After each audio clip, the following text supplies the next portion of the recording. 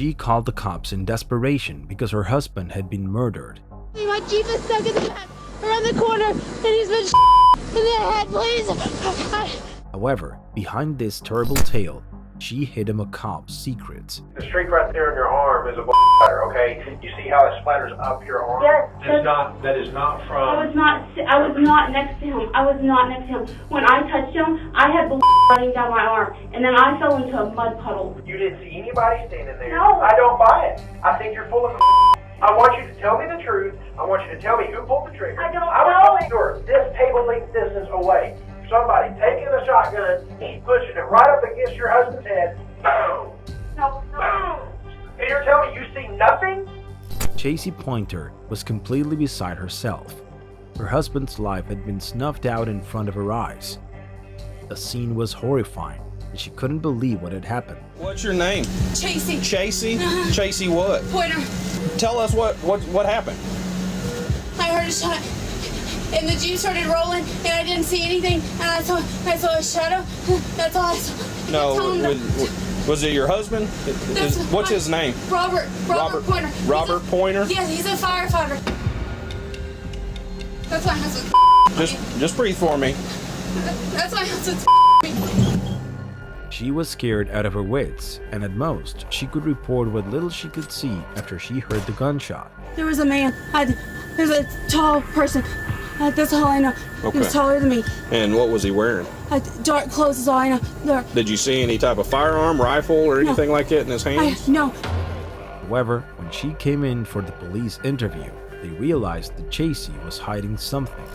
You got random bruises from Robert. You could just see him grabbing me. He's done this to me for 7 years. I put the Jeep apart, and then I touched his face, and I yelled his name. And when I pulled my hand away. The streak right there on your arm is a splatter, okay? You see how it splatters up your arm? Yes. That is not from... I was not next to him. I was not next to him. When I touched him, I had blood running down my arm, and then I fell into a mud puddle. You didn't see anybody standing there? No. I don't buy it. I think you're full of I want you to tell me the truth. I want you to tell me who pulled the trigger. I don't know. was sure, this table length distance away. Somebody taking a shotgun, pushing it right up against your husband's head. Boom. No. And you're telling me you see nothing? You see nothing. He had a camo gun. A camo gun. How big is this camo gun? Like this. Michael and I ended up hanging when he was there. He said, if I see him kiss you, he said, I'm going to come. I don't know that. Who killed your husband?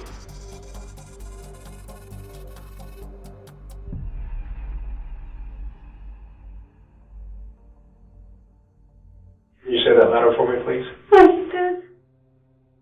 Chacey knew exactly who the man was who had shot Robert and ended his life. His name was Michael Garza, and he was her lover. However, she kept saying that she hadn't asked him to do so. I never asked him to. The plan to Robert was planned today. He had talked about it, yes. And what exactly did he say was the plan? He told me it was going to make it look like a robbery. He told me he was on a drone. Garza told you that? He wanted to drive out there.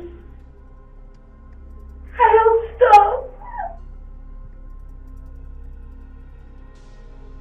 He didn't even have time.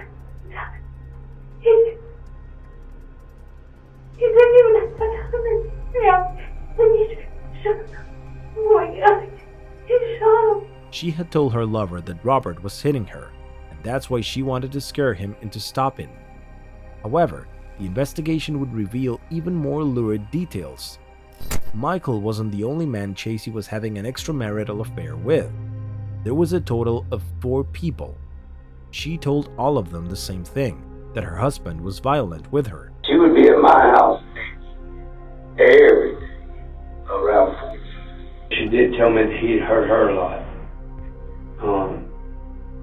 There was a lot of abuse going on, and he never would leave marks because he didn't want to trace. The evidence would show that at no time was there abuse, and that Chacey's reason for engaging in this behavior had to do with the possibility of collecting Robert's life insurance. Ultimately, Michael would be sentenced to 99 years in prison, while she received a life sentence. The heck is going on? I don't know. My life was out of control. However, of course, Chacey knew, and the cameras in the interrogation room would be the ultimate proof.